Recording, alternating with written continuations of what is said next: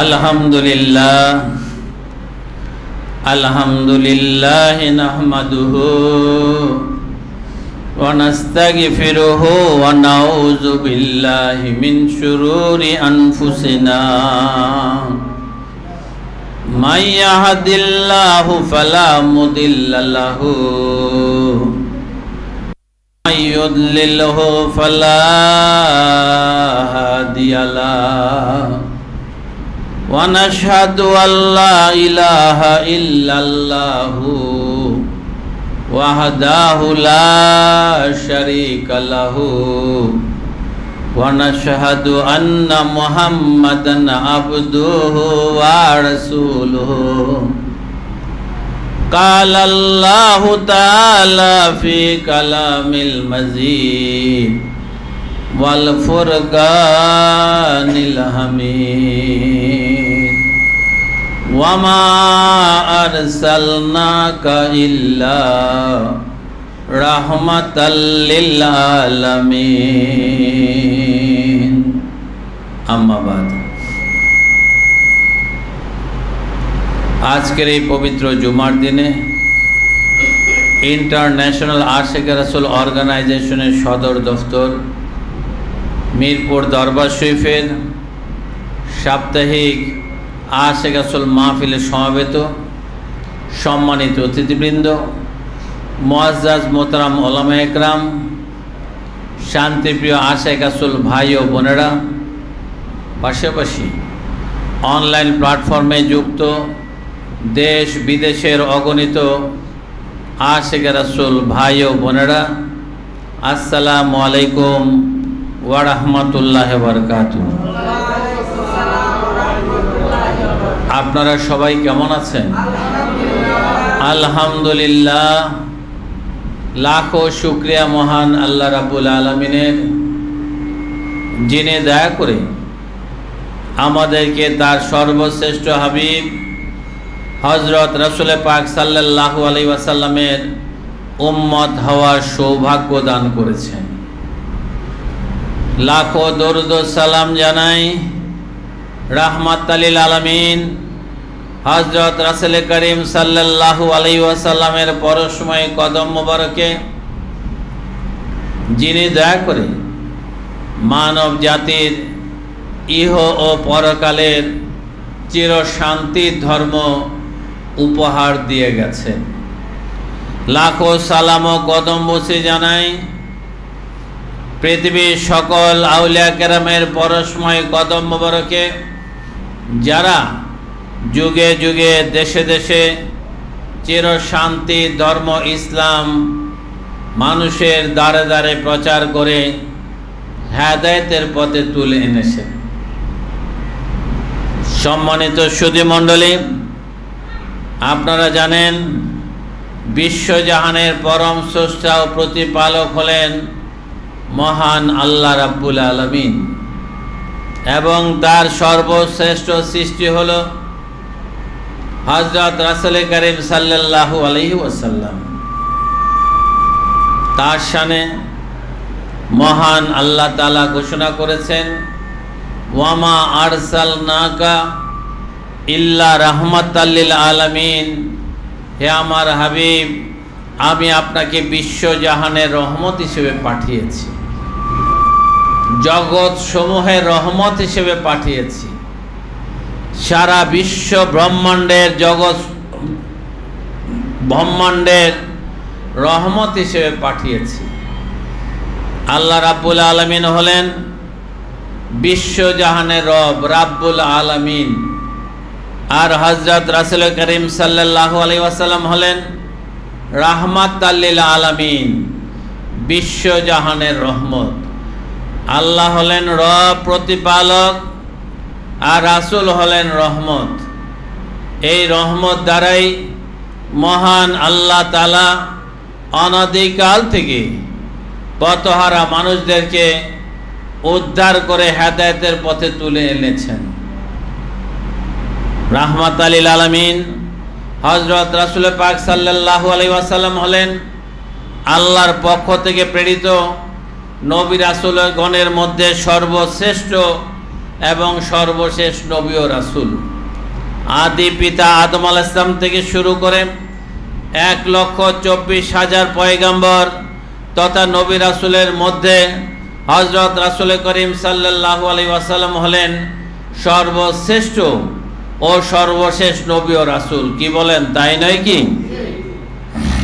এই রাহমাতুল লিল আলামিন হযরত রাসূল পাক সাল্লাল্লাহু আলাইহি ওয়াসাল্লামের মাধ্যমেই মহান আল্লাহ তাআলা আদি পিতা ও প্রথম নবী হযরত আদম আলাইহিস সালামের মাধ্যমে যে ইসলাম ধর্মে শুভ সূচনা হয়েছিল তা পরিপূর্ণ রূপ দিয়েছেন রাহমাতুল লিল আলামিন হযরত রাসূল করিম সাল্লাল্লাহু আলাইহি ওয়াসাল্লাম।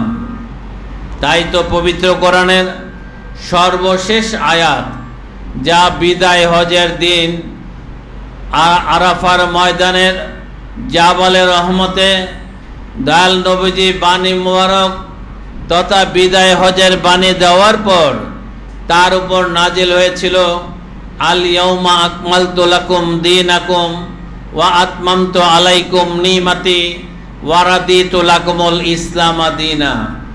আজ আমি তোমাদের ধর্মকে পূর্ণ করে দিলাম, এতে আমার নিয়ামত পরিপূর্ণ করে দিলাম এবং ইসলামকে তোমাদের জন্য ধর্ম হিসেবে মনোনীত করলাম। সম্মানিত সুধী মণ্ডলী, রাহমাতুল লিল আলামিন হযরত রাসূল পাক সাল্লাল্লাহু আলাইহি ওয়াসাল্লাম এমনই এক সময় পৃথিবীতে আবির্ভূত হয়েছিলেন যখন সারা পৃথিবীর মানুষ অনাচার, অবিচার, পাপাচারে এমনভাবে নিমজ্জিত ছিল যা ইতিহাসে আইয়ামে জাহিলিয়াতের যুগ, অন্ধকার যুগ, বর্বর যুগ হিসেবে পরিচিত। রাহমাতুল লিল আলামিন হযরত রাসূল পাক সাল্লাল্লাহু আলাইহি ওয়াসাল্লাম সেই বর্বর যুগের মানুষদেরকে হেদায়েতের জন্যই প্রেরিত হয়েছিলেন। রাহমাতুল লিল আলামিন হযরত রাসূল করিম সাল্লাল্লাহু আলাইহি ওয়াসাল্লাম প্রথমত আরবের মানুষের পাপাচার, অনাচার বন্ধ করার জন্য তিনি হিলফুল ফুজুল নামে একটি সংগঠন প্রতিষ্ঠা করেছিলেন। এর মাধ্যমে তিনি ঘোষণা করলেন, মক্কায় যদি কেউ অন্যায় করে, অপরাধ করে, তাকে শাস্তি পেতে হবে। রাহমাতুল লিল আলামিনের এই ঘোষণার পর দেখা গেল মানুষ অন্যায় অপরাধ হ্রাস পেয়েছে, কিন্তু তারা প্রকাশ্যে না করলেও লুকিয়ে লুকিয়ে করে। তখন দয়াল নবীজি ভাবলেন, এদেরকে কিভাবে অন্তরের কলুষতা থেকে মুক্ত করা যায়। হযরত রাসূল করিম সাল্লাল্লাহু আলাইহি ওয়াসাল্লাম তখন এই আল্লাহর সাহায্য চাইলেন। তিনি তার জীবনের 25 বছর বয়স থেকে 40 বছর বয়স পর্যন্ত তিনি হেরা গুহায় নির্জনে নিভৃতে মোরাকাবা মুশাহাদা করেছেন। তিনি আল্লাহর আরাধনা করেছেন, জিকির আজকার করেছেন। এভাবে আধ্যাত্মিক সাধনার মাধ্যমে অন্তর জগতের গভীরে প্রবেশ করে মহান আল্লাহ রাব্বুল আলামিনের সাথে যোগাযোগ করলেন, আল্লাহর পক্ষ থেকে রিসালাতের বাণী লাভ করলেন। তার মাঝে সেই হেদায়েতের আলো সিরাজ মনিরা প্রজ্বলিত হয়ে ওঠে। তখন মহান আল্লাহ তাআলা পবিত্র কোরআনের আয়াত নাজিল করে জানিয়ে দিলেন, ইয়া আইয়ুহান নাবিয়্যু ইন্না আরসালনাকা শাহিদাও ওয়া মুবাশশিরা ওয়া নাযীরা ওয়া দাইয়ান ইলাল্লাহি বিইজনিহি ওয়া সিরাজাম মুনিরা। হে আমার নবী, আমি আপনাকে সাক্ষীদাতা, সুসংবাদদাতা ও সতর্ককারী রূপে পাঠিয়েছি, আল্লাহর পক্ষ থেকে আহ্বানকারী, প্রজ্বলিত প্রদীপ রূপে পাঠিয়েছি। রাহমাতুল লিল আলামিন হযরত রাসূল করিম সাল্লাল্লাহু আলাইহি ওয়াসাল্লাম তিনি হেদায়েতের আলো তার সিনায়, তার কলবে, তার অন্তরে, তার হৃদয়ের মাঝে ধারণ করেছিলেন, যে কারণে তিনি খোদাই শক্তিতে বলিয়ান হলেন। কাফের মুশরিকরা দূরে থেকে দয়াল নবীজির নামে নানা রকম কুৎসা রটনা করত, কিন্তু তার সামনে এলে তার ভক্তজনে পরিণত হতো, ইসলাম গ্রহণ করত। তখন অন্য কাফেরা বলতো, মোহাম্মদ জাদুকর, জাদু করে বশ করে ফেলে। আপনারা বলুন, দয়াল নবীজি কি জাদুকর ছিলেন? নাউজুবিল্লাহ, কখনো নয়। তিনি ছিলেন আল্লাহ রাসূল, তার মাঝে ছিল খোদাই শক্তি। সেই খোদাই শক্তি দ্বারাই জাহেলি যুগের বর্বর মানুষদেরকে তিনি আদর্শ চরিত্রবান করেছিলেন। তাদের অন্তরে কলুষতা দূর করে তাদেরকে পাপাচার, অনাচার, অবিচার থেকে মুক্ত করে তারা আল্লাহর রহমতের ছায়াতলে তাদেরকে আশ্রয় করে দিয়েছিলেন। সম্মানিত সুধী মণ্ডলী, রাহমাতুল লিল আলামিনের শিক্ষা লাভ করে সেই পাপাচারী মানুষগুলো আলোকিত মানুষে পরিণত হয়েছিলেন, যাদের শানে দয়াল নবীজি বলেছেন, আস-সাহাবিকান নুজুম, আমার সাহাবীরা নক্ষত্র তুল্য, আমার সাহাবীরা আলোকিত, আমার সাহাবীরা অন্ধকারে যেমন নক্ষত্র আলোর পথ দেখায়, দয়াল নবীজি বললেন আমার সাহাবীরাও যুগে যুগে আলোর পথ দেখাবে। সত্যি দয়াল নবীজির তিরোধানের পর সেই সাহাবায়ে-গণই দয়াল নবীজির শান্তি ধর্ম ইসলাম যুগে যুগে দেশে দেশে প্রচার করেছেন। সম্মানিত সুধী মণ্ডলী, আপনারা জানেন দয়াল নবীজির জামানায় যারা ইসলাম গ্রহণ করেছে তারা হলেন সাহাবী। মহান আল্লাহ তাআলা বলেছেন, যারা আপনার হাতে হাত দিয়ে বায়াত হয়েছে তারা আল্লাহর হাত দিয়ে বায়াত হয়েছে, কারণ তাদের হাতের উপর আল্লাহর হাত রয়েছে। ইন্নাল্লাযিনা ইউবাইউনাকা ইন্নামা ইউবাইউনাল্লাহ ফাওকা আইদিহিম। রাসূলের জামানায় যারা ইসলাম গ্রহণ করেছেন, আল্লাহ বলেন যারা আপনার হাতে হাত দিয়ে বায়াত হয়েছে তারা আমার হাতে হাত দিয়ে বায়াত হয়েছে। সুতরাং দয়াল নবীজির তিরোধানের পর সাহাবায়ে কেরামরা আবার আবু বকর সিদ্দিক রাদিয়াল্লাহু তাআলার কাছে বায়াত হয়েছেন। তার ওফাতের পর ওমর রাদিয়াল্লাহু তাআলার কাছে বায়াত হয়েছেন। তার ওফাতের পর হযরত ওসমান রাদিয়াল্লাহু তাআলার কাছে বায়াত হয়েছেন। তার ওফাতের পর হযরত আলী রাদিয়াল্লাহু তাআলার কাছে হাতে বায়াত হয়েছেন। তার ওফাতের পর হযরত ইমাম হাসান রাদিয়াল্লাহু তাআলার কাছে বায়াত হয়েছেন। তার ওফাতের পর ইমাম হোসেন রাদিয়াল্লাহু কাছে বায়াত হয়েছেন। কি বলেন, হয়েছেন না হন নাই? এভাবেই কিন্তু এই হেদায়েতের আলো যার সিনায় ছিল, সেই আলোকিত মানুষের সোহবতে গিয়েই মানুষ ইসলাম গ্রহণ করেছে। এই কারণেই বলা হয় যারা রাসূলের কাছে হাত দিয়ে বায়াত হয়েছেন তারা হলেন সাহাবী, আর সাহাবীদের কাছে বায়াত হয়ে যারা ইসলাম গ্রহণ করেছেন তারা হলেন তাবিঈ, আর যারা তাবিঈদের কাছে ইসলাম গ্রহণ করেছেন তারা হলেন তাবে তাবিঈ। এভাবেই কিন্তু যুগে যুগে বায়াতের মাধ্যমে প্রকৃত ইসলাম দেশে দেশে প্রচারিত হয়েছে। সম্মানিত সুধী মণ্ডলী, আপনারা জানেন আমাদের এই বাংলাদেশে প্রাচীনকাল থেকে হিন্দু বৌদ্ধরা বসবাস করত। এখানে ইসলাম প্রচারের জন্য দয়াল নবীজি আসেন নাই, এমনকি তার সাহাবায়ে কেরামরা আসেন নাই। অথচ আজ বাংলাদেশ বিশ্বের দ্বিতীয় বৃহত্তম মুসলিম দেশে পরিণত হয়েছে। কিভাবে হলো? ইতিহাস খুঁজলে দেখা যায় এই বাংলায় ইসলাম প্রচারের জন্য এসেছিলেন হযরত শাহজালাল রহমাতুল্লাহ আলাইহি, হযরত শাহপরান রহমাতুল্লাহ আলাইহি, হযরত খান জাহান আলী রহমাতুল্লাহ আলাইহি, হযরত সুলতান বলকি রহমাতুল্লাহ আলাইহি, হযরত কমরউদ্দিন রুমি রহমাতুল্লাহ আলাইহির মতো, শাহ মখদুম রহমাতুল্লাহ আলাইহির মতো মহান আউলিয়া کرامগণ বাংলার দেশে এসে যুগে যুগে ইসলামের শান্তির বাণী প্রচার করেছেন। তার অর্থ বুঝায় দয়াল নবীজির সেই হেদায়েতের আলো তাদের সিনার মাঝে, তাদের কালবের মাঝে, তাদের অন্তরের মাঝে বিরাজমান ছিল। কি বলেন, ছিল না? ছিল না? ছিল বলেই হিন্দু বৌদ্ধরা তাদের পূর্বপুরুষের হাজার হাজার বছরের ধর্ম পরিত্যাগ করে তারা ইসলাম গ্রহণ করেছে। আসলে ধর্মান্তরিত হওয়া কিন্তু সহজ ব্যাপার নয়। আমরা জীবনের তাগিদে, কাজের প্রয়োজনে আমাদের অনেক বন্ধু থাকে অমুসলিম, কেউ হিন্দু বন্ধু, কেউ খ্রিস্টান বন্ধু, কেউ বৌদ্ধ বন্ধুদের সাথে আমরা ব্যবসা বাণিজ্য কাজকর্ম করি। এমন হয় না? হয় না? আছে। তারা আমাদের বন্ধু হিসেবেই থাকে, কিন্তু তারা কারো কথায়, কারো প্ররোচনায়, কারো কাছে গিয়ে তারা কি ধর্মান্তরিত হয়ে মুসলমান হয়? তারা তো ধর্মান্তরিত হয় না। তাহলে আউলিয়াদের কাছে এসে তারা যে হাজার হাজার বছরে ধর্ম ত্যাগ করলো, তাদের অন্তরে, আউলিয়াদের অন্তরে সুপ্রিম পাওয়ার যা দয়াল নবীজির মাঝে ছিল, সেই আলো ছিল বলেই তো তারা ধর্মান্তরিত হয়েছে। কি বলেন, তাই নয় কি?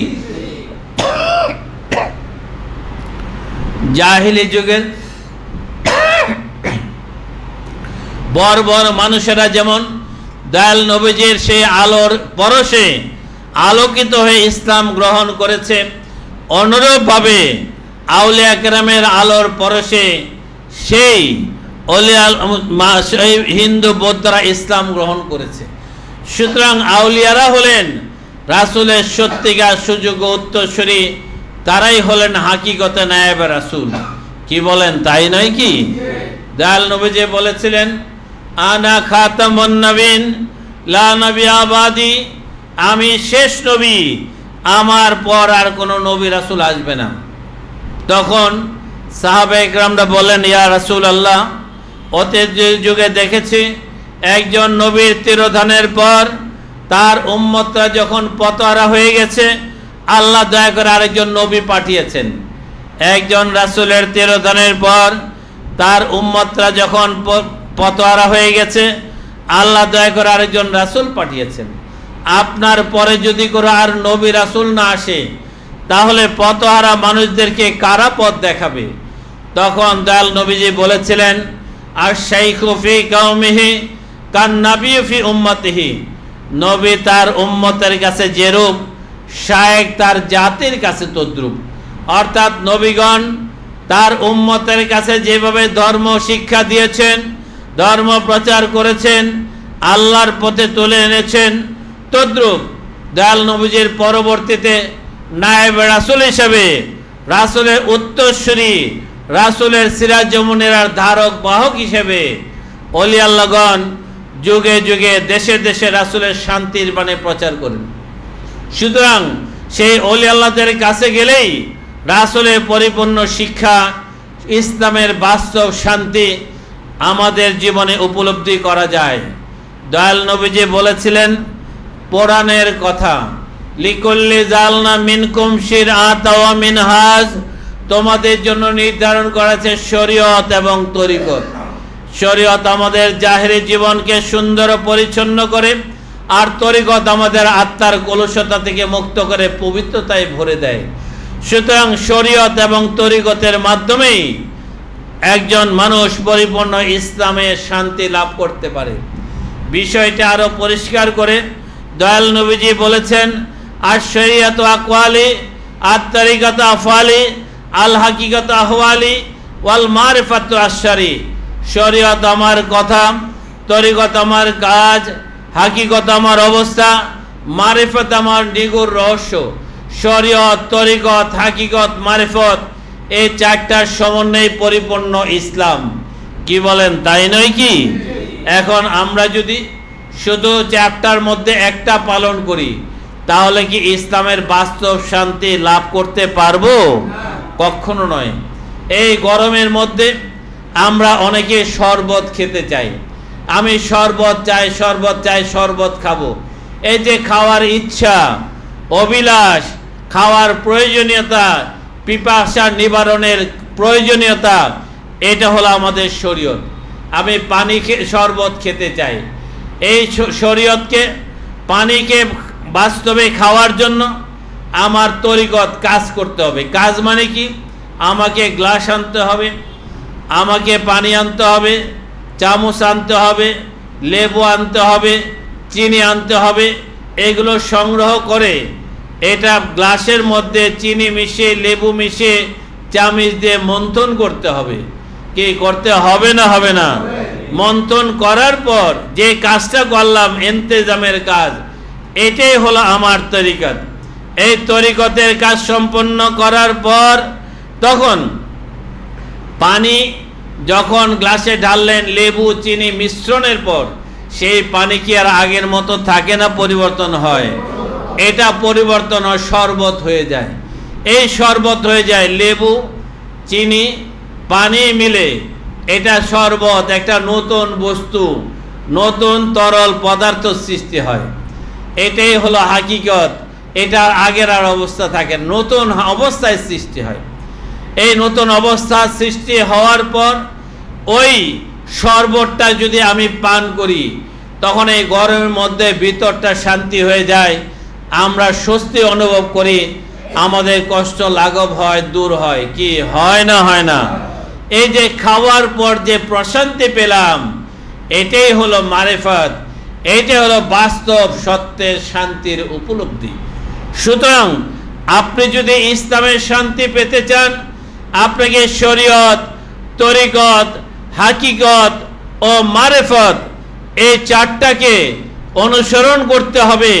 তাহলেই আমরা বাস্তব জীবনে ইসলামের শান্তি লাভ করতে পারবো। সম্মানিত আশিক রাসূল ভাইয়েরা, বর্তমানে সারা দেশে প্রচণ্ড তাপ প্রবাহ চলছে, জনজীবন বিপর্যস্ত হয়ে পড়েছে। রাজধানী ঢাকায় আজকে তাপমাত্রা সর্বোচ্চ আবহাওয়া দপ্তরের ভাষ্য অনুযায়ী 40 ডিগ্রি সেলসিয়াস। কোন কোন জেলায় এই তাপমাত্রা 42-43-এ চলে গেছে, আর রাজধানী ঢাকায় 40। আবহাওয়া দপ্তরের আবহাওয়ার বাতাসের মধ্যে 40 ডিগ্রি, কিন্তু এই রোদ তাপ ফ্লোরে পড়ে, রাস্তায় পড়ে, পিচ ঢালার রাস্তা এবং পাকা বিল্ডিংয়ের উপর পড়ে, এই তাপটা অনেক গুণ বেড়ে যায়। তখন আর 40 থাকে না, দেখা যায় 45-50-এও চলে যায়। একটা পাথরের উপরে আপনি হাঁটতে পারেন, কিন্তু পাথরটা রোদের উপর রাখার পর ওই পাথর উপর দিয়ে কি হাঁটা যায়? খালি পায়ে হাঁটা যায় না, কারণ কি উত্তাপ অনেক বেড়ে যায়। অনুরূপভাবে দেখা গেছে রাজধানী ঢাকার এই পিচ ঢালাই পথ, পাকা বিল্ডিং, এত কিছুর মধ্যে তাপমাত্রা অনেক বেড়ে গেছে। এখন এই যে অবস্থা, এই অবস্থা মানুষ হাজারো চেষ্টা করে বাঁচার জন্য পানি খেতে পারে, শরবত খেতে পারে, ডাক্তারের পরামর্শ স্যালাইন খাইতে পারে, বিভিন্ন নিয়ম পালন করে নিজেকে রক্ষার চেষ্টা করে। এসিতে বসে, ফ্যানে বসে চেষ্টা করে নিজেকে একটু সেফ রাখার জন্য। কিন্তু মানুষ চাইলে কি গরমটা কমাইতে পারে? তাপমাত্রা কি কমাইতে পারে? আবহাওয়া দপ্তর মিটার দেখে দেখে বলে এত ডিগ্রি, এত ডিগ্রি, কিন্তু আবহাওয়া দপ্তরের ক্ষমতা আছে 1 ডিগ্রি কমাবে? কি পারে? তাহলে এই ক্ষমতাটা কার বলেন তো? আল্লাহর। আল্লাহ পারে, তিনি গরমও দিতে পারেন, আবার মুহূর্তের মধ্যে তিনি শীতলও করে দিতে পারেন। কি পারে না? পারে না? সুতরাং আমরা যত উন্নত হই না কেন, আমরা নিজেরা মনে করি পৃথিবীর মানুষ কত উন্নততর। পৃথিবীর মানুষ পৃথিবী ছেড়ে গ্রহান্তরে তারা অভিযান চালায়, নবমণ্ডল, ভূমণ্ডল তারা সব জয় করে, মাটির গহীনে কি আছে তা খুঁজে বের করে। আসলে আল্লাহ সৃষ্টি কি করেছেন সেটাই দেখে, নতুন তারা কিন্তু কিছু সৃষ্টি করতে পারে না। আল্লাহর বানানো জিনিসটাকেই আমরা দেখি, বিজ্ঞানীরা গবেষণা করে বের করে আল্লাহ এটা বানিয়েছেন, এটা করেছেন। আল্লাহর সৃষ্টিটাই দেখা হয়। আল্লাহর দয়া ছাড়া কি আমাদের বাঁচার কোনো উপায় আছে? কোনো উপায় নাই। দেখেন আমরা ভাত খাই, এই ভাত হয় কোত্থেকে? চাউল, চাউল হয় কোত্থেকে? ধান, ধান হয় কোত্থেকে? জমিন, জমিনে ফসল কে দেয়? আল্লাহ দেয়। আল্লাহর দয়া ছাড়া কি জমিনে ফসল উৎপাদন হয়? একটু হবে না। যতই সার দেন, যতই বিষ দেন, যতই ওষুধ দেন, আল্লাহর দয়া না হলে মেসাকার হয়ে যাবে। যারা কৃষি কাজের সাথে জড়িত তারা বাস্তবে উপলব্ধি করেন। আমরা শহরে থাকি, বিল্ডিংয়ের চারিপাশে বিল্ডিংয়ে ঘেরা জীবন, কখন সূর্য উঠে কখন ডুবে আমরা দেখি না।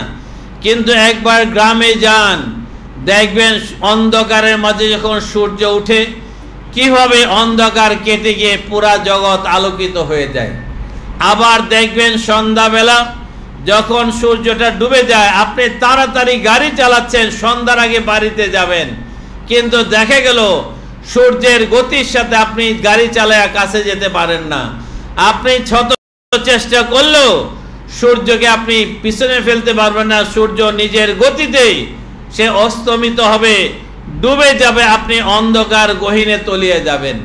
তাহলে সূর্য উদয় এবং সূর্যাস্ত কে করে বলেন তো? আল্লাহ করেন। এমনি ভাবে বৃষ্টি দেনও আল্লাহ, গরমও দেন আল্লাহ। এই যে আজকে বাংলাদেশ ষড়ঋতুর দেশ, এখানে আজকে আমাদের 40, 42, 43, 45 ডিগ্রি সেলসিয়াস। মরুভূমিতে সারা জীবন শুনেছি সেখানে 40, 42, 45 হয়, কিন্তু বর্তমানে খবরে শোনা যায় মরুভূমিতে বৃষ্টিপাত হচ্ছে, এমন বৃষ্টি যা জীবনও হয় নাই। সেখানকার রাস্তাঘাট এমনকি মরুভূমি জলাশয়ে পরিণত হয়েছে এবং জলাবদ্ধতার কারণে যানবাহন, বিমান উঠানামা সব বন্ধ হয়ে গেছে। এটা কি বর্তমান জামানায় আমাদের জন্য কি আশ্চর্যজনক নয়? যা সারা জীবন দেখেছি, যা সারা জীবন শুনেছি, সব মিথ্যা প্রমাণিত হলো যে আসলেই মানুষ কিছু করতে পারে না, আল্লাহ যা চায় তাই হয়, আল্লাহর ইচ্ছাই চূড়ান্ত। কি বলেন, তাই নয় কি?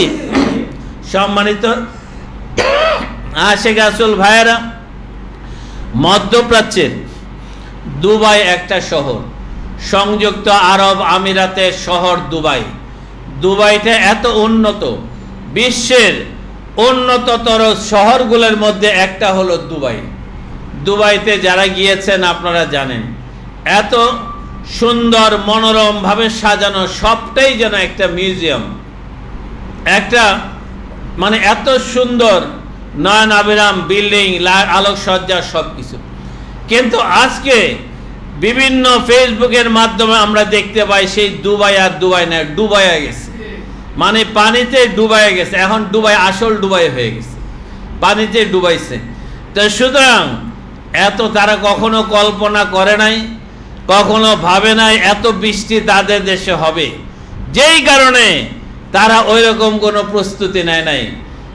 ফেসবুক লাইভে দেখা গেছে চিৎকার করে কাঁদতেছে আর বলতেছে, আমরা নবী মুহাম্মদের উম্মত, লা ইলাহা ইল্লাল্লাহু মুহাম্মাদুর রাসূলুল্লাহ, হে আল্লাহ আমাদেরকে বাঁচাও। তারা কেউ আরবি ভাষায়, কেউ হিন্দি ভাষায়, কেউ উর্দু ভাষায় চিৎকার করে কাঁদতেছে, নারী পুরুষ, হে আল্লাহ আমরা মুহাম্মদ সাল্লাল্লাহু আলাইহি ওয়াসাল্লামের উম্মত, আমাদেরকে বাঁচাও, লা ইলাহা ইল্লাল্লাহু মুহাম্মাদুর রাসূলুল্লাহ। তাহলে দেখেন বিপদ আসলে বাঁচার জন্য উসিলা হলো মুহাম্মদুর রাসূলুল্লাহ। কি বলেন, তাই নয় কি? অথচ বিপদ চলে গেলে তার কথা আমরা মনেও করি না। আমাদের নির্বুদ্ধিতা, আমাদের দুর্ভাগ্য, আমরা রহমতকে ভুলে যাই। অথচ আল্লাহ বলেছেন তার হাবিবের শানে, ওয়ামা আরসালনাকা ইল্লা রাহমাতাল লিল আলামিন, হে আমার হাবিব আমি আপনাকে বিশ্বজাহানের রহমত হিসেবে পাঠিয়েছি। বিশ্বজাহানের রহমত হিসেবে যিনি এসেছেন তিনি দিয়ে গেছেন চির শান্তির ধর্ম। আমরা ইসলাম মানে না, ধর্ম মানে না, আমরা মডার্ন, আমরা আধুনিক, আধুনিকতার নামে ইসলাম বিরোধী কার্যকলাপে আমরা মত্ত। সমাজের চারিদিকে তাকিয়ে দেখেন, আমার বলতে হবে না, আপনারা দেখলেই বুঝতে পারবেন সমাজের মানুষের যে আচার আচরণ, এটা কি রাসূলের শিক্ষার সাথে কোনো মিল আছে? দয়াল নবীজি বলেছেন, আল মুসলিমু মান সালিমাল মুসলিমুনা মিন লিসানিহি ওয়া ইয়াদিহি, সেই প্রকৃত মুসলমান যার হাত এবং জবান থেকে অন্যরা নিরাপদে থাকে। অর্থাৎ মানুষ যদি সত্যিকার মুসলমান হতে হয়, সে অন্য কাউকে কষ্ট দিবে না, অন্য কারো কষ্টের কারণ হবে না, তার কথায় কাজে কোনো কষ্ট হবে না। অথচ এখন মানুষ যা ইচ্ছা তাই, এমনি মসজিদে গেলে জায়নামাজ সাথে কোলে করে কাহলে করে নিয়ে যায়, প্রথম কাতারে গিয়ে দাঁড়ায়, কিন্তু মিথ্যা বাটপারি টাউটারি সবই করে। একজন এটা কি আল্লাহর সাথে কি ধোঁকাবাজি নয়? মানুষকে বুঝাইতে পারে আমি কত বড় অফিসার, আমি জায়নামাজ নিয়া পকেটে দামি জায়নামাজ নিয়ে মসজিদে যাই, ঘুইরা ঘুইরা যায়, মহল্লার 10 জনের দেখায় আমি যাইতেছি নামাজ পড়তে, আবার কোন রকমের ফরজ নামাজটা পড়েই আবার যায় নামাজ নিয়ে চলে আসেন, সুন্নত আর নফলের প্রয়োজন মনে করে না। এই হলো বর্তমান মুসলমানদের হালাত। এই অবস্থার কারণেই আজকে বাংলাদেশে এত গরম। এত কারণ কি? প্রকৃতির সাথে নির্দয় আচরণের কারণে, অর্থাৎ গাছগাছালি বনাঞ্চল কেটে ফেলার কারণে, আমরা প্রকৃতির সাথে নির্মম আচরণের কারণে, এটা প্রাকৃতিক ভারসাম্যহীনতা, এটা একটা কারণ। এটা কারণ আমরা প্রকৃতির গাছ নিধন করি, জঙ্গল কাইটা আমরা বিল্ডিং বানাই, আমরা জমির ফসলের জমি কেটে আমরা শিল্প কারখানা বানাই, এটা প্রাকৃতিক ভারসাম্য পরিবেশের বিনষ্ট হয়, এতে কোনো সন্দেহ নাই। এটা অবশ্যই একটা কারণ, কিন্তু তার চেয়ে বড় কারণ হলো আমরা মনুষ্যত্ব হারিয়ে ফেলেছি। আমরা স্বার্থের জন্য যা ইচ্ছা তাই করতে পারি। এখন বলা হয় money is the second god, money, টাকাই নাকি দ্বিতীয় আল্লাহ। আসলে কি একজন মুসলমান এই কথা মানতে পারে? সব জায়গায় টাকা, টাকা, আরো টাকা চাই, আরো টাকা চাই, সীমাহীন টাকা, চাওয়ার কোনো সীমা নাই, ডিমান্ডের কোনো শেষ নাই, আরো চাই, আরো চাই। এই অবস্থা মানুষের। টাকা আগে মুখের কথাই ছিল একজনের ওয়াদা, এটা কখনো মূল্য ভঙ্গ করা হতো না। এখন বর্তমান যুগে এমন অবস্থা, দলিল করে স্ট্যাম্পে লেখে, এমনকি ম্যাজিস্ট্রেটের সামনে হাজির হয়ে স্বাক্ষর করার পরও অস্বীকার করে, বাটপারি করে, কি করে না করে না? এই হলো মানুষের অবস্থা। এই অবস্থায় আল্লাহর পক্ষ থেকে কি গজব নামতে পারে না? অতীতের ইতিহাস খুঁজে দেখেন, যুগে যুগে গজব কেন নেমে এসেছিল। যখন আল্লাহর মনোনীত ব্যক্তিদের সাথে আসলে মানুষকে হেদায়েত করার জন্য আল্লাহ অনাদিকাল থেকে মহামানব পৃথিবীতে প্রেরণ করেছেন। আসলে এই মানুষ তো আল্লাহ পাঠিয়েছেন প্রতিনিধি করে। আপনারাও জানেন, কোরআনে আল্লাহ বলেছেন ইন্নী জাইলুন ফিল আরদে খলিফা, আল্লাহ জমিনে তার প্রতিনিধি প্রেরণ করেছেন। এই প্রতিনিধি মানুষ তো আল্লাহর প্রচার, আল্লাহর পরিচয় প্রচার করার কথা। আল্লাহর প্রতিনিধি তো আল্লাহর কথা বলবে, আল্লাহর প্রতিনিধি তো আল্লাহর পথে চলবে, আল্লাহর প্রতিনিধি তো আল্লাহর মতো করেই জগতে তার জীবন পরিচালনা করবে। কি বলেন, তাই নাই কি? কিন্তু আল্লাহর ধার ধারণা, তারা স্বেচ্ছাচারিতায় নিজেরা যা ইচ্ছা তাই করে বেড়ায়, তার কোনো হিসাব কিতাব নাই। এই অবস্থায় আল্লাহর গজব কি আসতে পারে না? পারে না। তখন যখন এই গজবে নিপতিত হয়, আল্লাহ দয়া করে একজন মহামানব জগতে প্রেরণ করেন। প্রত্যেক নবীর ইতিহাস খুঁজে দেখেন, নবী রাসূলগণ মানব জাতিকে উদ্ধার করার জন্য এসেছিলেন।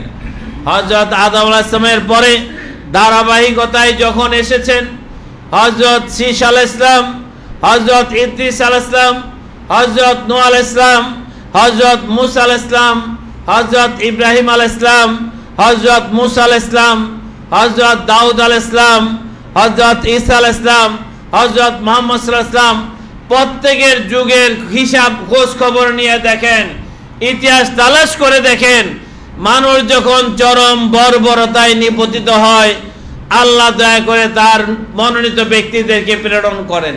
কি করে না? করে না। নূহ আলাইহিস সালামের জামানায় মানুষ যখন বেসামাল হয়ে পড়েছিল, অন্যায় অপরাধ পাপাচারে লিপ্ত হয়েছিল, তখন আল্লাহর নবী হযরত নূহ আলাইহিস সালামকে পাঠিয়েছিলেন। নূহ আলাইহিস সালাম যখন 900 বছর আল্লাহর দ্বীন প্রচার করেছে, কিন্তু মানুষ তারে পাত্তাই দেয় না, তার উপর জুলুম অত্যাচার শুরু করেছে, তখন আল্লাহ বললেন, হে নূহ, আপনার ভক্ত যে কয়জন আছে তাদেরকে নিয়ে আপনি নৌকায় আরোহণ করেন, বাকিগুলারে আমি মহাপ্লাবন দিয়ে ধ্বংস করে দিব। সত্যি তাই হলো। মহাপ্লাবনে নূহ আলাইহিস সালামের অবাধ্য জাতি তারা ধ্বংসপ্রাপ্ত হয়েছে।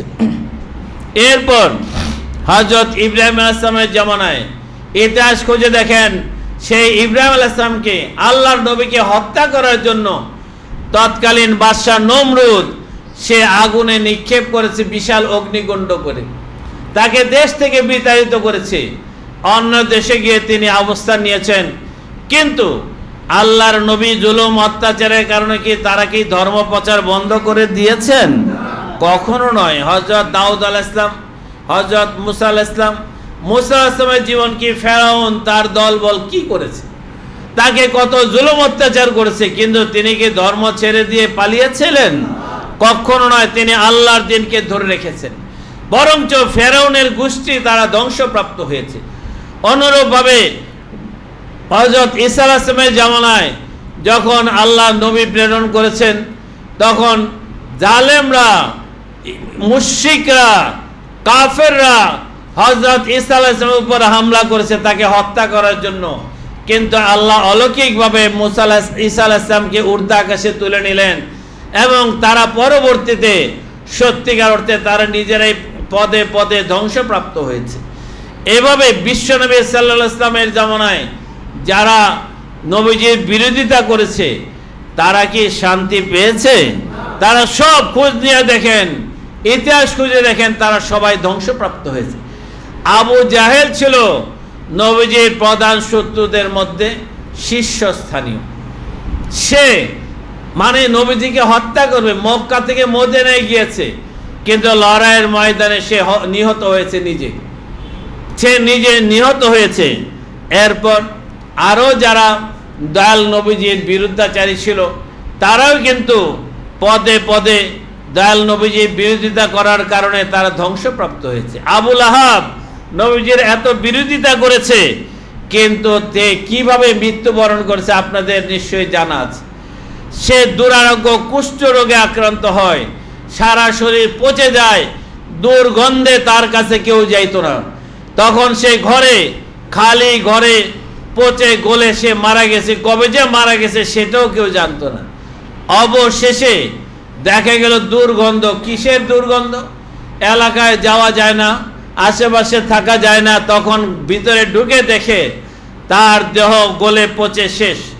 তখন কোনো রকমে তার গলিত পচিত দেহটাকে তুলে নিয়ে মাটি চাপা দিয়ে তাকে দুনিয়া থেকে বিদায় করে দেয়। এইভাবে যারা আল্লাহর নবীদের সাথে বিরোধিতা করেছে তারা কিন্তু ধ্বংসপ্রাপ্ত হয়েছে। কি বলেন, তাই নয় কি? বেলায়েতের যুগেও যারা আল্লাহর ওলিদের সাথে বিরোধিতা করেছে তারাও কিন্তু ধ্বংসপ্রাপ্ত হয়েছে। ইতিহাস তার বাস্তব প্রমাণ পাওয়া যায়। হযরত শাহজালাল রাহমাতুল্লাহ যখন এসেছিলেন তখন সিলেটের রাজা গৌর গোবিন্দ সে চেয়েছিল শাহজালাল রহমতুল্লাহকে প্রতিরোধ করতে, কিন্তু শাহজালাল রহমতুল্লাহের কাছে সে পরাজয় স্বীকার করে সে পালিয়ে যায়। সে আত্মরক্ষার জন্য সে বিনদেশে গিয়ে সে আশ্রয় গ্রহণ করে। এমনিভাবে হযরত খাজা মাইনুদ্দিন চিশতি রহমতুল্লাহ যখন এসেছিলেন আজমিরে, পৃথ্বীরাজ তার বিরোধিতা করেছিল, কিন্তু পরবর্তীতে সে পরাজয় বরণ করে তার কদমে পড়ে তারা ক্ষমা চেয়েছে এবং সে রাজ্যহারা হয়ে পথে পথে ঘুরে দুনিয়া থেকে বিদায় নিয়েছে। এমনিভাবে বাদশাহ আকবর হযরত মুজাদ্দেদ আল-ফেসারির সাথে বেয়াদবি করেছিল, তখন সে মুজাদ্দেদ আল-ফেসারির সাথে বেয়াদবির পরিণতিতে সে অকালে মৃত্যুবরণ করে। তার ছেলে বাদশাহ জাহাঙ্গীর মুজাদ্দেদ আল-ফেসারি রহমতুল্লাহ কদম রেখে লুটিয়ে পড়ে বললেন, হে আল্লাহর বন্ধু, আপনি দয়া করে এই রাজত্ব গ্রহণ করুন, আমি আপনার কদমে থেকে জীবন কাটিয়ে দিতে চাই। মুজাদ্দেদ আল-ফেসারি রহমতুল্লাহ বলে যে না, আমি রাজত্ব করতে আসি না, আমি এসেছি আল্লাহর দ্বীন প্রচার করতে। আপনি রাজত্ব করেন, তবে আল্লাহর দ্বীন রাসূলের শিক্ষা অনুযায়ী ধর্ম প্রচার করেন, আমার কোনো আপত্তি নাই, কিন্তু আমাকে শান্তি ধর্ম প্রচার করতে দেন। এভাবেই কিন্তু ওলি আল্লাহরা যুগে যুগে দেশে দেশে ইসলামের শান্তির বাণী প্রচার করেছেন। কি বলেন, তাই নয় কি? ওলি আল্লাহ হলেন আল্লাহর প্রতিনিধি। মানুষের মধ্য থেকে আল্লাহ বেছে বেছে করেন। আল্লাহ বলেছেন, আমি তোমাদের মধ্য থেকে আমি রাসূল প্রেরণ করেছি, যিনি তোমাদেরকে আল্লাহর আয়াতসমূহ নিদর্শন বর্ণনা করেন, তোমাদেরকে শরীয়ত এবং তরিকতের শিক্ষা দেন, তোমাদের আত্মাকে কলুষমুক্ত করেন। এটা কিন্তু মানুষের মধ্য থেকে। নবী রাসূল কি অন্য গ্রহ থেকে আসছেন না? মানুষের মধ্য থেকে আসছেন। মানুষের মধ্য থেকেই নবী রাসূল এসেছেন, মানুষের মধ্য থেকেই ওলি আল্লাহরা এসেছেন। সুতরাং ওলি আল্লাহগণ আল্লাহর বন্ধু, আল্লাহর প্রতিনিধি। সুতরাং আল্লাহর প্রতিনিধিগণ নবী রাসূলগণ আল্লাহর দ্বীন প্রচার করেছেন, ওলি আল্লাহগণ আল্লাহর ধর্ম প্রচার করেছেন। কি বলেন, তাই নাকি? এখন মাঝে মাঝে দুই একজন যারা নবী বিরোধী, ধর্ম বিরোধী, ওলি আল্লাহ বিরোধী, তারা লিখে যে নবী রাসূলগণ ব্যবসা বাণিজ্য করতেন, ওলি আল্লাহগণ ব্যবসা বাণিজ্য করতেন। নবীজি কি ব্যবসায়ী ছিলেন? নবীজি কি সারা পৃথিবীর মানুষ নবীজি কি ব্যবসায়ী হিসেবে চেনে না আল্লাহর নবী হিসেবে চেনে? কেউ কেউ বলে মুসা আলাইহিস সালাম ব্যবসায়ী ছিলেন, হযরত ইদ্রিস আলাইহিস সালাম লৌহ কর্ম করতেন, মানে কামার ছিলেন, কেউ কুমার ছিলেন। এভাবে তারা নবী রাসূলদের সম্মানকে প্রতিপন্ন করতে চায়। আসলে নবী রাসূলদেরকে আমরা কেউ কামার কুমার, আমরা জেলে মুসি এইরকম চিন্তা করতে পারি? কখনো নয়। নবীজি কর্মজীবন, নবীজি তার প্রথম জীবনে তার চাচার ব্যবসার সাথে সম্পৃক্ত ছিলেন, দেখাশোনা করতেন। কিন্তু পরবর্তীতে যখন তিনি হেদায়েতের দায়িত্ব প্রাপ্ত হন, তখন কি তিনি ব্যবসা বাণিজ্য করতেন না ধর্ম প্রচার করতেন? নবী রাসূলগণ তারা প্রথম জীবনে প্রয়োজনের তাগিদে হয়তো বা কিছু করেছেন, কিন্তু যখন আল্লাহ থেকে দায়িত্ব প্রাপ্ত হয়েছে তখন তারা ধর্ম প্রচারটাই ছিল তাদের জীবনের প্রধান লক্ষ্য। কি বলেন, তাই নয় কি? সুতরাং কেউ যদি এইসব উল্টাপাল্টা ফেসবুকে লেখে, আপনারা কি বিশ্বাস করবেন? ধরে নেবেন এরা আল্লাহর শত্রু, রাসূলের শত্রু, ওলি আল্লাহদের শত্রু। সম্মানিত আশিক রাসূল ভাইরা, বড় পীর সাহেব কি ব্যবসায়ী ছিলেন না ওলি আল্লাহ ছিলেন? খাজা মাইনুদ্দিন চিশতি রহমাতুল্লাহ কি ব্যবসায়ী ছিলেন না ওলি আল্লাহ ছিলেন? এমনি ভাবে শাহজালাল রহমাতুল্লাহ কি ব্যবসায়ী ছিলেন না ওলি আল্লাহ ছিলেন? তারা ওলি আল্লাহ ছিলেন। এটাই আল্লাহর প্রতিনিধির দায়িত্ব। আল্লাহ মানুষকে ব্যবসা বাণিজ্য করতে দুনিয়ায় পাঠায় নাই, আল্লাহ মানুষকে দুনিয়াদারি করতে পাঠায় নাই, আল্লাহ পাঠাইছে তার প্রতিনিধিত্ব করার জন্য। আল্লাহ কোরআনে ঘোষণা দিয়েছেন, ইন্নী জাইলুন ফিল আরদি খলিফা। সুতরাং খলিফা মানে প্রতিনিধিত্বের জন্য মানুষ প্রেরিত হয়েছে। এখন কেউ যদি মনে করে ওলি আল্লাহরা ব্যবসা করে না কেন, এটা কি তার নির্বুদ্ধিতা নয়? এটা তো মূর্খ, এটা তো জাহেল, এটা নব্য জাহিলি যুগের মানুষ। সম্মানিত আশিক রাসূল ভাইরা, এমনি ভাবে সব ওলি আল্লাহদের জীবন খুঁজে দেখেন, তারা সাধনা জীবনে তারা বিভিন্ন ভাবে সাধনা করে আল্লাহকে পেয়েছেন। আল্লাহকে পাওয়ার পর কেউ কি দুনিয়া নিয়ে মত্ত থাকে? বলা হয় যে আল্লাহ জুসকা রব উসকা সব, যে আল্লাহকে পায় সবই তার হয়। তার কি কোনো অভাব থাকতে পারে? পারে না। কোরআনে আল্লাহ স্পষ্ট বলেছেন, সূরা বাকারার 269 নম্বর আয়াতে আল্লাহ বলেছেন, আল্লাহ যাকে ইচ্ছা তাকে তরিকতের জ্ঞান দান করেন, আর যাকে তিনি তরিকতের জ্ঞান দান করা হয় তাদেরকে তিনি প্রভূত কল্যাণ ও উন্নতি, সমৃদ্ধি, সুখ এবং সমৃদ্ধি দান করেন। আল্লাহ বলে তরিকত পণ্ডিতদেরকে আল্লাহ বরকত দেয়। এখন এই বরকত কি বেঈমানরা বুঝতে পারে? ওরা তো তাদের মতোই ওলি আল্লাহদের মনে করে, তাদের মতোই মনে করে। আসলে ওলি আল্লাহরা কিন্তু স্বশিক্ষিত নয়, সুশিক্ষিত।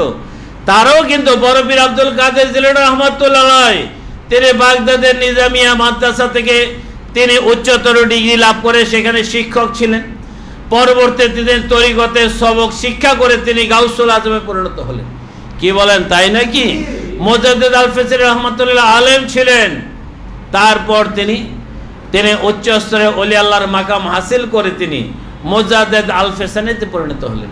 খাজা মাইনুদ্দিন চিশতি রহমাতুল্লাহ আলাইহি, তিনিও আলেম ছিলেন এবং তরিকতে সাধনা করে উচ্চতর মাকাম হাসিল করেছিলেন।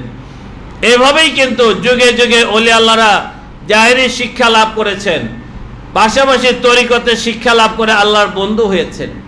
আপনারা জানেন, আমি ব্যক্তিগতভাবে আমার কথা বলার প্রয়োজন আমি মনে করি। আমি কিন্তু লেখাপড়া জানা লোক, আমি কিন্তু জঙ্গল থেকে আসি নাই, আমি গ্রাম থেকে আসি নাই। আমি ঢাকায় লেখাপড়া করেছি এবং আল্লাহর রহমতে ঢাকা বিশ্ববিদ্যালয় থেকে 1985 সালে আমি MA পাস করি, মাস্টার্স করি। 1985 সাল। আপনারা এখানে যারা আছেন 1985 সালে MA পাস করছেন এমন কেউ আছেন? হাত তোলেন। আছেন? 85 সালে আমি MA পাস করেছি। এরপর আমি চার্টার্ড অ্যাকাউন্টেন্সি পড়েছি, আমি কস্ট অ্যান্ড ম্যানেজমেন্ট অ্যাকাউন্টিং পড়েছি এবং সর্বোচ্চ অ্যাকাউন্টিংয়ের সর্বোচ্চ শিক্ষা আমি গ্রহণ করেছি। আমি কিন্তু তখন আমি তৎকালীন সেই 84 সালে আমার মাত্র 22 বছর বয়সে আমি এক্সটার্নাল অডিটর হিসেবে আমি গ্রিনল্যান্ডস ব্যাংকের এক্সটার্নাল অডিটর ছিলাম। আমি জেমস ফিল্ডে চা কোম্পানির এক্সটার্নাল অডিটর ছিলাম। দি জেনারেল ইলেকট্রিক কোম্পানির আমি এক্সটার্নাল অডিটর ছিলাম। আমি ব্রিটিশ এয়ারওয়েজের এক্সটার্নাল অডিটর ছিলাম। এমনিভাবে শেরাটন, তৎকালীন শেরাটন বর্তমানে ইন্টারকন্টিনেন্টাল হোটেলের আমি এক্সটার্নাল অডিটর ছিলাম। এভাবে আমি বহু IBM, এই যে কম্পিউটারের IBM কোম্পানির আমি এক্সটার্নাল অডিটর ছিলাম। এভাবে কিন্তু আমি বহু বিদেশিদের সাথেও আমি কাজ করেছি এবং আল্লাহর রহমতে আমি বাঙালি মায়ের ছেলে হলেও তাদেরকে পরাজিত করেছি। একবার এক ব্রিটিশ কোম্পানির টেইলর উডরোজ কোম্পানির MD সাহেব, তার সাথে আমার কাজের কথাবার্তা, আমার যিনি প্রিন্সিপাল ছিলেন ইনাকে বলেন, দেখেন ওরা ব্রিটিশরা বাংলাদেশদের পাত্তা দেয় না, ওরা মনে করে ওরা নীল রক্ত, আপনি এমনভাবে অডিট করবেন ওদের ভুল ধরায় দিবেন। আমি শুনে বললাম যে ঠিক আছে, আমি বাঙালি জাতির মর্যাদা রক্ষা করব। আমি ভালোভাবে অডিট করে তাদের হিসাবে 19টা বড় ধরনের ভুল আমি নির্ণয় করলাম। তারপর আমি আমার প্রিন্সিপালকে বললাম যে এই ঘটনা 19টা ভুল পাওয়া গেছে। তখন আমাদের প্রিন্সিপাল কাজী কামরুল হুদা সাহেব তিনি ওদেরকে টেইলর উডরোজের মিস্টার পাইপার তাকে খবর দিলেন। উনি আসলেন, আসার পর আমাকে ডাকলেন, আমাকে বলেন কি ঘটনা? আমি বললাম হ্যাঁ, অডিটে 19টা ভুল পাওয়া গেছে। তখন পাইপার বলে না ভুল হতে পারে না। আমি বললাম না, অবশ্যই ভুল। ঠিক আছে, আমি অফিসে আমার সব ডকুমেন্টস আমি দেখাবো। আমি বললাম ঠিক আছে হুদা সাহেব, কাজী কামরুল হুদা সাহেব আপনি কবে যেতে পারবেন? আমি এমক দিনে তাদের অফিসে গেলাম।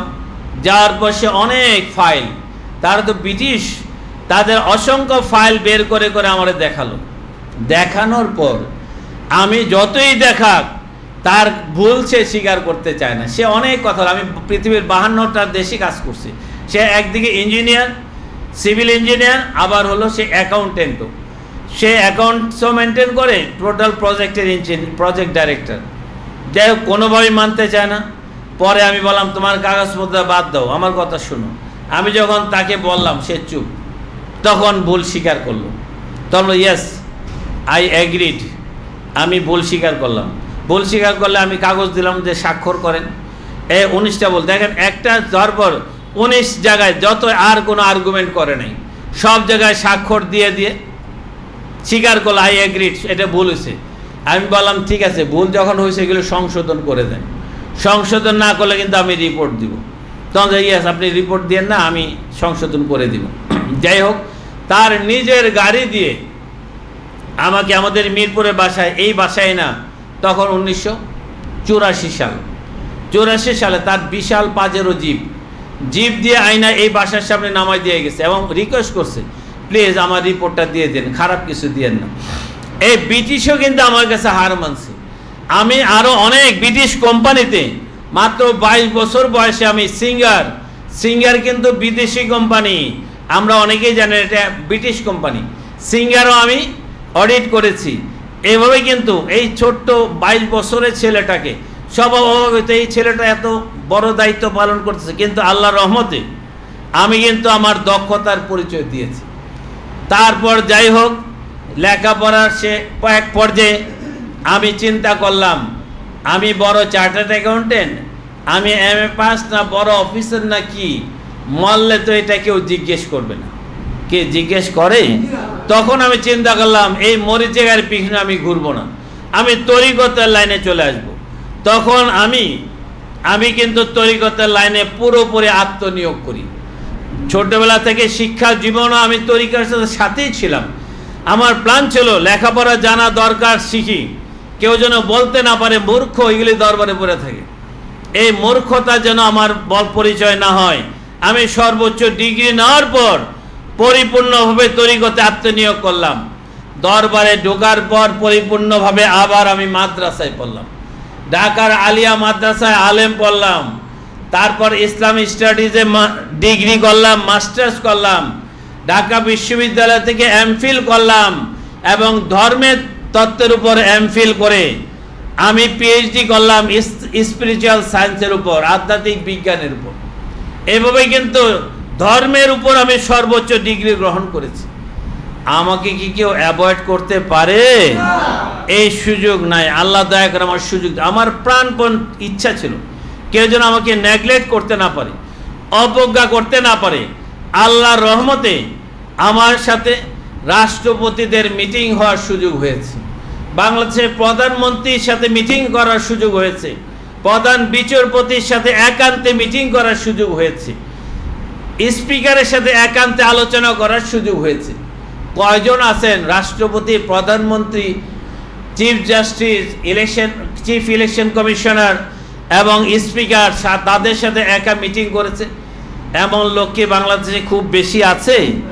সুতরাং আমি কিন্তু এইগুলো করে আসছি, কিন্তু সব ছেড়ে দিছি, আল্লাহর পথে আসছি যেন আল্লাহর পথে আমি আগাতে পারি।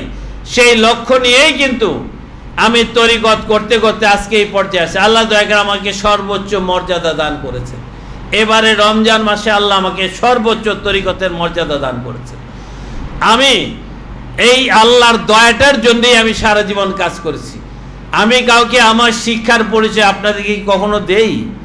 আমি কি কখনো দেই? আমার সাথে যে রাষ্ট্রপতি সচিবালয়ে গেলে অন্যদের পাশ লাগে, আমার পাশ লাগে না। কারণ আমি একটা দৈনিক পত্রিকার সম্পাদক হিসেবে আমার এক্রিডিটেশন কার্ড আছে। এই কার্ডটা থাকলে সরকারের যে কোনো মন্ত্রীর সাথে যে কোনো সময় দেখা করতে পারে। এটা সাংবাদিকদের জন্য তথ্য মন্ত্রণালয়ের বিশেষ কার্ড। এটা সচিবালয়ে যেতে পাশ লাগে না। রাষ্ট্রপতির এখানে আমাকে রাষ্ট্রপতি ইনভাইট করে, প্রধানমন্ত্রী ইনভাইট করে। এই আল্লাহর রহমতে ওনারা আমাকে নামে চিনে, অনেকের সাথে আমি দেখাও করেছি। সুতরাং এত কিছুর পরে আমি কিন্তু পরিচয় দিই না, চুপচাপ মিরপুরের দরবারে বসে থাকি। আমরা কাউকে পরিচয় দিই না সবার সাথে। আমি রাষ্ট্রপতির সাথে যেমন মিশি, একজন রিকশাওয়ালা ভাইয়ের সাথে আমি সেইভাবেই মিশি, তার মনের দুঃখ আমি শুনি। সর্বস্তরের মানুষের সাথে আমি তো মানুষের জন্য আসছি। আমি তো শুধু বড় লোকের জন্য না, আমি সব মানুষের জন্য। আল্লাহ তো নির্যাতিত নিপীড়িত মানুষকে উদ্ধারের জন্য আমাকে পাঠাইছেন। সুতরাং আমি সবার সাথে মিশি। সুতরাং এখন যদি কেউ মনে করে যে উনি চাকরি করে না কেন, উনি এটা করে না, ব্যবসা করে না কেন, আমার কি ব্যবসা করার দরকার আছে? আমি কি কখনো আপনাদের কাছে টাকা চাইছি? আল্লাহ দয়া করে আমাকে যে সম্পদ দিছে, আমি কিন্তু এখন চাকরি দিতে পারি। আমার এখানে বহু লোক চাকরি করে, জীবিকা নির্বাহ করে। আমি চাকরি করব কোন দুঃখে? আল্লাহ তো আমার রিজিক বাড়ায় দিছেন। আল্লাহ নিজে ওয়াদা করেছেন তরিকতপন্থীদের আল্লাহ সমৃদ্ধি দান করেন। আল্লাহ কি আমাদের সমৃদ্ধি দিতে পারে না? আমাকে তরিকতের সর্বোচ্চ পদে নিলেন, আমাদের কি সর্বোচ্চ রহমত দিতে পারে না? অবশ্যই পারে। এই দরবার আসলে যদি মানুষের ব্যবসার উন্নতি হয়, আমার এই দরবার আসলে যদি মানুষের ভাগ্য পরিবর্তন হয়, তাহলে এই দরবারে আমরা আছি, আমাদের ভাগ্যকে আল্লাহ খুলে দিতে পারে না? কি পারে না? পারে না? এখন কিছু মূর্খ, কিছু জাহেল, কিছু হিংসুট, তারা বসে বসে হিসাব নিকাশ করে উনি কেন কিছু করে না, কেন কিছু করে না, অথচ তারা কিন্তু জান প্রাণ দেওয়ার চেষ্টা করে রিজিকের কোনো ফয়সালা করতে পারে না। ওই যে একটা গান আছে, জুতার ময়লা সাফ করি দিনটা করি পার, এত ঘষি তবু মোদের খুলে না বরাত।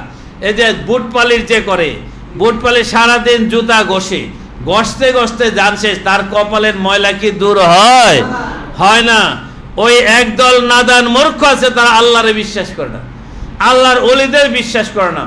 আল্লাহর ওলিদের শত্রুতা করা মানে আল্লাহর শত্রু করা। মান আদালি ওয়ালিয়ান ফাকাদ আযানতু বিল হারব। আল্লাহ বলেন, যারা আমার বন্ধুদের বিরোধিতা করে আল্লাহ তাদের সাথে যুদ্ধ ঘোষণা করেন।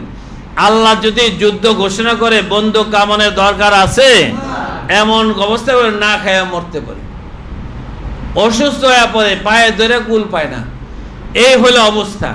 সুতরাং কারো কথায় বিভ্রান্ত হবেন না, আমরা আল্লাহর পথে আছি, আপনারা মনে প্রাণে আমাদের তরিকাটা করবেন, আল্লাহ আপনাদেরকে রক্ষা করবেন। বর্তমান মহা দুর্যোগ হলো তাপ প্রবাহ, সারা দেশ আজ জনজীবন বিপর্যস্ত হয়ে পড়েছে। এই দুর্যোগের সময় আল্লাহর সাহায্য ছাড়া কোনো উপায় নাই। সারা দেশে মুসলমান ভাইরা আল্লাহর সাহায্য চাচ্ছেন, আমরা এতে খুশি। যে যেভাবে পারি আমরা আল্লাহর সাহায্য চাই, যার যে ভাষা সেভাবে আমরা আল্লাহর সাহায্য চাই। দেখেন পৃথিবীতে অনেক পাক পাখালি আছে, অনেক, প্রতিদিন সকালবেলা দেখবেন পাখিরা কিচির মিচির করে ঘুম ভাঙে, সকালবেলা উঠে কিচির মিচির করে গাছে গাছে, কি করে না করে না? সবার সুর কি একরকম? যার যার সুরে সে আল্লাহরে ডাকে। এটা কিন্তু কিচির মিচির করে আমাদের শোনানোর জন্য আল্লাহরে ডাকে, আল্লাহরে ডাকে। কিচির মিচির করতে করতে ঘুম থেকে উঠে তারা খাদ্যের সন্ধানে বের হয়ে যায়, আবার সারাদিন পর বাসায় ঘুমানোর আগে কিচির মিচির করে আল্লাহর শুকরিয়া আদায় করে আবার তারা ঘুমায় পড়ে। এক এক পাখি, এক এক পশু যার যার ভাষায় আল্লাহরে ডাকে। সব ভাষাই তো আল্লাহ বুঝে, কি বুঝে না? বুঝে না? আল্লাহ কিন্তু সব সৃষ্টির ভাষা বুঝে। অন্যরকম আমরা মানুষ, আমরা আল্লাহর বান্দা, আমরা যার যার মতো করে আল্লাহর সাহায্য চাই, যেন আমাদের গরম কমিয়ে দেয়, আমাদের কষ্ট লাঘব করে দেয়। আল্লাহ যেন দেশের গরম প্রবাহ বন্ধ করে দিয়ে আমাদের শান্তি করে দেয়। কি আমরা কি যার যার মতো আল্লাহকে ডাকতে পারি না? রাসূলের শিক্ষা অনুযায়ী আমরা যে যেভাবে পারি আমরা আল্লাহর সাহায্য চাইব। ইস্তেসকার নামাজ হচ্ছে বিভিন্ন জেলায়, এতে আমিও খুশি যে মানুষ আল্লাহর সাহায্য চাচ্ছে। এবং এতে কিন্তু আপনারা লক্ষ্য করবেন গত 2 দিন যাবৎ নিচু আকাশে না উঁচু আকাশে একটু মেঘের ঘনঘটা দেখা যায়, একটু সাজের আবহাওয়া বোঝা যায়। এত বেশি না হইলেও কিছুটা দেখা যায়। গত 2 দিন ধরে গরম হলেও কিন্তু একটু অনুভবটা একটু কম কমই লাগে, কি লাগে না? লাগে না? এমনি আবহাওয়া দপ্তরে মিটার উপরেই আছে, কিন্তু অনুভূতির ক্ষেত্রে একটু কম কম লাগে। এই যে ইস্তেসকার নামাজ পড়তেছে, আল্লাহর তো দয়া হবেই। আল্লাহর বান্দারা আল্লাহর কাছে চাইলে আল্লাহকে দয়া করতে পারে না? অবশ্যই পারে। আজকে আমরাও মিরপুর দরবার শরীফে আমরা মিলাদ পড়ব, মিলাদ পরে আল্লাহর সাহায্য চাইব। আল্লাহ যেন দয়া করে আমাদের এই তাপ প্রবাহ থেকে মুক্ত করেন, আমাদের দেশে শান্তি নামিয়ে দেন, আমাদের জনজীবনকে অস্বস্তি থেকে মুক্ত করেন। আল্লাহ যেন আমাদের প্রতি তার খাস রহমত নাজিল করেন। আজকের দিনে মহান রাব্বুল ইজ্জতের দরবারে প্রার্থনা জানাই, তিনি যেন দয়া করে আমাদের সবাইকে দয়াল নবীজির আদর্শ শিক্ষা অনুসরণ করে আমাদের ইহকালকে শান্তিময়, পরকালকেও শান্তিময় করার তৌফিক এনায়েত করুন। সবাই বলুন আমিন। ওয়া আখিরি দাওয়ানা আনিল হামদুলিল্লাহি রাব্বিল আলামিন। আসসালামু আলাইকুম ওয়া রাহমাতুল্লাহি ওয়া বারাকাতুহু।